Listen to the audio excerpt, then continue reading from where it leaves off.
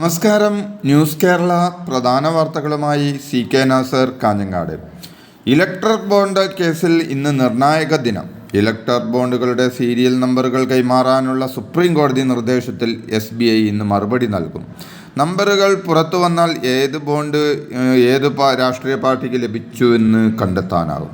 DMK, Aadmi തുടങ്ങിയ 10 പാർട്ടികളിൽ ആരിൽ നിന്നെല്ലാമാണ് സംഭാവന സ്വീകരിച്ചതെന്ന് വെളിപ്പെടുത്തിയപ്പോൾ പ്രമുഖ പാർട്ടികളായ BJPയോ കോൺഗ്രസോ ഇതുവരെ വിവരങ്ങൾ പുറത്തുവിടാൻ തയ്യാറായിട്ടില്ല. തുടർ ഭരണം നേടുമെന്ന ആത്മവിശ്വാസത്തിൽ പ്രധാനമന്ത്രി നരേന്ദ്രമോദി. മൂന്നാം മോദി സർക്കാരിൻ്റെ 100 ദിവസ കർമ്മ പദ്ധതികളുടെ രൂപരേഖ തയ്യാറാക്കാൻ അദ്ദേഹം മന്ത്രിമാരോട് ആവശ്യപ്പെട്ടു.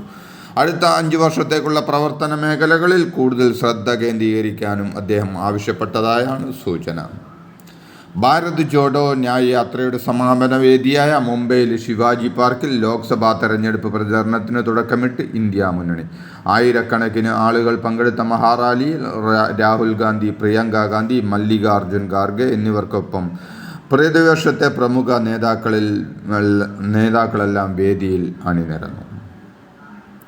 നരേന്ദ്രമോദി വെറും മുഖംമൂടിയാണെന്നും ബോളിവുഡിനെ വെല്ലുന്ന നടനാണ് മോദിയെന്നും കോൺഗ്രസ് നേതാവ് രാഹുൽ ഗാന്ധി. രാജാവിൻ്റെ ആത്മാവ് ഇലക്ട്രോണിക് വോട്ടിംഗ് മെഷീനിലാണ് കുടികൊള്ളുന്നതെന്നും ഇലക്ട്രോണിക് വോട്ടിംഗ് മെഷീൻ ഇല്ലെങ്കിൽ നരേന്ദ്രമോദി വിജയിക്കില്ലെന്നും രാഹുൽ തുറന്നടിച്ചു. സംസ്ഥാനത്തെ റേഷൻ മസ്റ്ററിംഗ് പ്രതിസന്ധിയും സെർവർ തകരാറും പരിഹരിക്കാൻ പുതിയ സെർവർ വാങ്ങാൻ തീരുമാനം. നിലവിലുള്ള സെർവറിന് പുറമെ അധിക സെർവർ സജ്ജീകരിക്കാനാണ് ഭക്ഷ്യവകുപ്പ് ഒരുങ്ങുന്നത്. റേഷൻ വിതരണവും റേഷൻ മസ്റ്ററിംഗും പ്രതിസന്ധിയിലായതോടെയാണ് ബയോമെട്രിക് വിവരങ്ങൾ ശേഖരിക്കുന്ന പുതിയ സെർവർ വാങ്ങാനുള്ള തീരുമാനം. ക്ഷേമ പെൻഷൻ നേരിട്ട് ഗുണഭോക്താക്കൾക്ക് എത്തിക്കാനുള്ള സജ്ജീകരണങ്ങൾ ഒരുക്കി സർക്കാർ. ക്ഷേമ പെൻഷൻ നേരിട്ട് എത്തിക്കുന്ന സംഘങ്ങൾക്കുള്ള ഇൻസെൻറ്റീവായി 12.88 കോടി രൂപ അനുവദിച്ചെന്ന് ധനമന്ത്രി KN ബാലഗോപാൽ അറിയിച്ചു.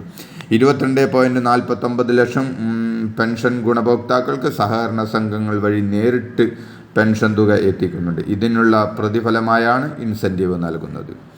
ഇന്ത്യയിലെ എല്ലാ വിഭാഗം ജനങ്ങളെയും പ്രതിനിധീകരിക്കുന്ന പാർട്ടിയാണ് കോൺഗ്രസ് എന്ന് ലീഗ് നേതാവ് ET മുഹമ്മദ് ബഷീർ. പൗരത്വ നിയമ ഭേദഗതി വിഷയത്തിൽ കോൺഗ്രസിന് കൃത്യമായ നിലപാടില്ലെന്ന ആരോപണം ശരിയല്ലെന്നും കോൺഗ്രസിന് മൃദു ഹിന്ദുത്വ സമീപനമുണ്ടെന്ന് എതിരാളികൾ പറഞ്ഞു പരത്തുന്നത് കള്ളമാണെന്നും മലപ്പുറം ലോക്സഭാ മണ്ഡലത്തിലെ UDF സ്ഥാനാർത്ഥി കൂടിയായ ET മുഹമ്മദ് ബഷീർ പറഞ്ഞു. രാജീവ് ചന്ദ്രശേഖറിനെ അടുത്ത് കണ്ടിട്ടില്ലെന്നും പത്രങ്ങളിൽ മാത്രമാണ് കണ്ടിട്ടുള്ളതെന്നും ഇടതുമുന്നണി കൺവീനർ AP ജയരാജൻ. രാജീവ് ചന്ദ്രശേഖറുമായി തനിക്ക് ബിസിനസ് ഉണ്ടെങ്കിൽ അത് മുഴുവൻ സതീശന് എഴുതി കൊടുക്കാൻ തയ്യാറാണെന്നും മുദ്ര പേപ്പറുമായി വന്നാൽ സതീശന് എല്ലാം എഴുതി കൊടുക്കുമെന്നും ജയരാജൻ പറഞ്ഞു. ഭാര്യയ്ക്ക് വൈദേകം റിസോർട്ടിൽ ഷെയറുണ്ട്, എന്നാൽ ബിസിനസ് ഒന്നുമില്ല. തൻ്റെ ഭാര്യയുടെ പേരുള്ള ബിസിനസ് സതീശൻ്റെ ഭാര്യയുടെ പേരിൽ എഴുതി കൊടുക്കാമെന്നും അദ്ദേഹം പരിഹസിച്ചു.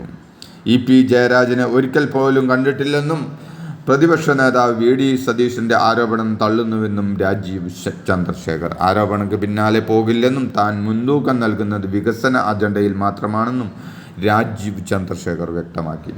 EP ജയരാജൻ കേസ് കൊടുത്താൽ തെളിവ് പുറത്തുവിടാമെന്ന് പ്രതിപക്ഷ നേതാവ് VD സതീശൻ. ഇടതുമുന്നണി കൺവീനർ EP ജയരാജനും തിരുവനന്തപുരത്തെ BJP സ്ഥാനാർത്ഥി രാജീവ് ചന്ദ്രശേഖറും തമ്മിൽ ബിസിനസ് ബന്ധമുണ്ടെന്ന ആരോപണം VD സതീശൻ ആവർത്തിച്ചു. നിരാമയ റിസോർട്ട് ഉടമയുമായുള്ള ചിത്രങ്ങൾ പോലും ഉണ്ട്. EP വഴിവിട്ട് സ്വത്ത് നേടിയെന്ന് ആക്ഷേപമില്ലെന്നും ബിസിനസ് പങ്കാളിത്തമുണ്ടെന്നാണ് താൻ പറഞ്ഞതെന്നും VD സതീശൻ കൂട്ടിച്ചേർത്തു. LDF കൺവീനർ EP ജയരാജൻ തന്നെ അറിയില്ലെന്ന് പറയാൻ കഴിയില്ലെന്ന് EP-യുമായി തനിക്ക് നേരത്തെ പരിചയമുണ്ടെന്നും ദല്ലാൽ നന്ദകുമാർ.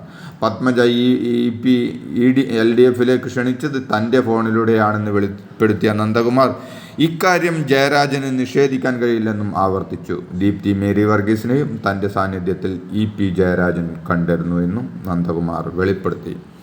24 ന്യൂസ് ചാനലിനെതിരെ സൈബർ ക്രിമിനൽ കേസുകൾ നൽകുമെന്ന് EP ജയരാജൻ. വിദേശത്ത് കോടികളുടെ ബിസിനസ് ഉണ്ടെന്ന് ഇവർ വാർത്ത നൽകി. ഇത് പണം കൊടുത്ത് ചെയ്യിച്ച വാർത്തയാണ്. വിഷയത്തിൽ DGPക്ക് പരാതി നൽകിയിട്ടുണ്ട്. അതിൽ നടപടി വരാൻ പോവുകയാണ്. കേരളത്തിലെ ഒരു മന്ത്രിക്കെതിരെയും അവർ ഗൂഢാലോചന നടത്തിയെന്നും EP ജയരാജൻ കൂട്ടിച്ചേർത്തു. എല്ലാ മതവിഭാഗങ്ങളുടെയും സൗകര്യം നോക്കിയാൽ ഇന്ത്യയിൽ തെരഞ്ഞെടുപ്പ് നടത്താൻ കഴിയുമോ എന്ന് BJP സംസ്ഥാന സമിതി അംഗം സന്ദീപ് വാര്യർ.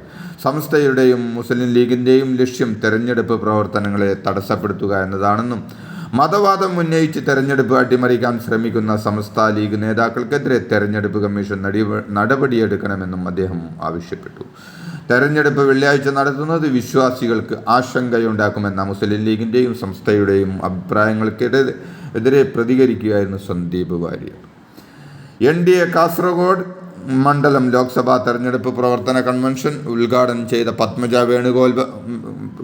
ഉദ്ഘാടനം പത്മജ വേണുഗോപാലിനെ ഏൽപ്പിച്ചതിൽ നീരസം പ്രകടിപ്പിച്ച് BJP ദേശീയ കൗൺസിൽ അംഗവും മുൻ സംസ്ഥാന പ്രസിഡന്റുമായ CK പത്മനാഭൻ. ഉദ്ഘാടകനെന്ന് CK പത്മനാഭനെയാണ് ആദ്യം ക്ഷണിച്ചിരുതെന്നാണ് സൂചന. ഇതോടെ ഇന്നത്തെ പ്രധാന വാർത്തകൾ സമാപിക്കുന്നു. നന്ദി, നമസ്കാരം.